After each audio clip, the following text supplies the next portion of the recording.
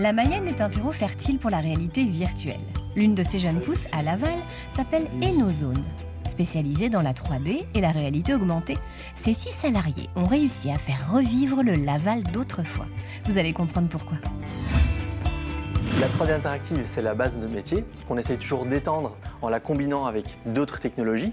Là, typiquement, on l'a combinée avec la réalité augmentée. Alors, la réalité augmentée est connue du grand public grâce à des images que votre tablette va pouvoir reconnaître ou votre smartphone va pouvoir reconnaître et va pouvoir afficher des éléments par-dessus. Ce qui est problématique dans le patrimoine, parce que dans le patrimoine, on ne va pas venir polluer un monument en venant y apposer soit un marqueur ou une affiche. Donc là, notre idée, on n'aurait pas besoin de ces marqueurs-là. On vient directement avec la tablette. On vise la façade va être reconnue par la tablette et en fait va venir se superposer sur l'image qu'on va voir sur la tablette, la façade telle qu'elle était par exemple dans le passé au XVe siècle. On peut librement se balader, regarder toute la façade et voir la différence entre ce qu'il y a aujourd'hui, les bâtiments tels qu'il était au XVe siècle. Laval est très actif en fait dans le patrimoine et tout ce qui est numérisation. Ça fait plus de 10 ans qu'il travaille sur la numérisation de patrimoine. Je crois que ça devait être à peu près en même temps que Paris pour pouvoir le montrer au public.